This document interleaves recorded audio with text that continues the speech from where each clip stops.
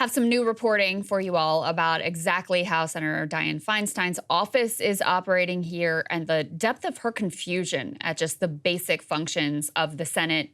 This continues to be a just sad and enraging story, as this is a woman who's supposedly representing millions of constituents in California and is clearly unable to do or even understand the basic functions of her job. So put this up on the screen.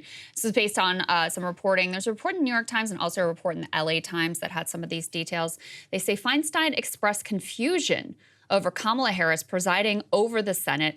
Here's a quote from the article. They say, at times, Feinstein has expressed confusion about the basics of how the Senate functions. When Vice President Kamala Harris was presiding over the chamber last year, in one of many instances in which she was called upon to cast a tie-breaking vote, Ms. Feinstein expressed confusion, according to a person who witnessed the scene, asking her colleagues, what is she doing here? Staff members have been overheard explaining to her that she cannot leave yet because there are more votes to come.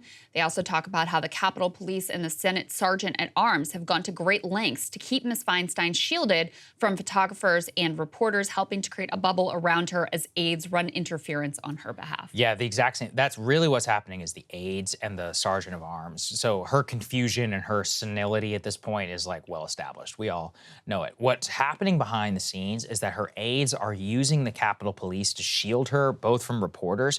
For example, I recently saw and heard about an incident where the Capitol Police was like, keep back, you got to give her some space. They were demanding reporters be like 25 feet away from Dianne. She doesn't need 25 feet to get into a wheelchair. All right, 5 feet, fine. But really, what are they doing? They don't want her to ask any questions, answering any questions or asked any questions. Same with why her aides are constantly around her. They tell her how to vote. This has been reported over and over and over again. She apparently didn't know who Tim Scott was, confused him for Raphael Warnock, and Tim Scott was like, geez, okay, and like walked away. It's like there's so many incidents like this that it's almost reporting about her senility is now like not even the point. It's just all about how powerful people are coming together to protect her from any scrutiny. And to use her for their own ends.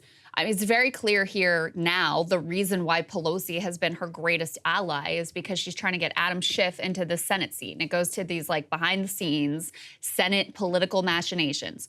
Governor Gavin Newsom of California said if he was going to appoint someone to the seat, it would be a black woman.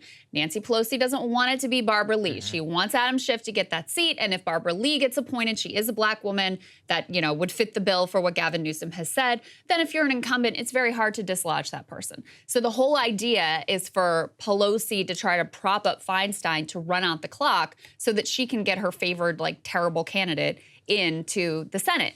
So those are the political machinations that are going on behind the scenes. It's grotesque that they're using this ailing woman as a prop in their own political plans and designs.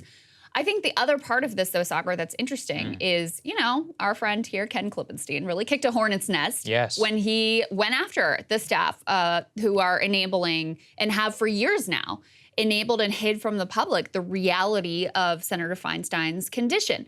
And there are a lot of details being reported now. I don't think it's any accident that he sort of forced the issue into the public sphere, and it became embarrassing for them that there had been no coverage and no discussion of the way that this whole thing was architected and the way this whole thing was enabled. So I think he did a real service by pushing them to do the reporting that should have been done years ago about the fact that, she's barely there. She's, even just before a vote, they're handing her a piece of paper to know what to vote. At times, she's reading from scripts that they give her about how she even records her votes.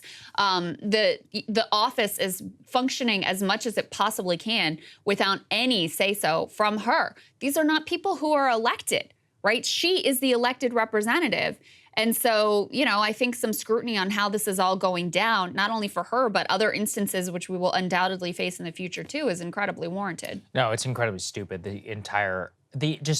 The way that they protected them for so long, you're right in that Ken actually did kind of force the hands on the staff. But even then, we don't know fully the inside details, and there's obvious reporting to be done about how back and how far along this goes. And still none of it, is revealed to the public. And it's just such a disgrace. The most populous state in the whole country. And they want to drag her for 2 more years while doing this, just to prevent Adam Schiff from not getting the nomination. What I want to know is who knew what when she was standing for re-election last time? Great question. That's the real question, because she had a challenger. The California Democratic Party was behind that challenger.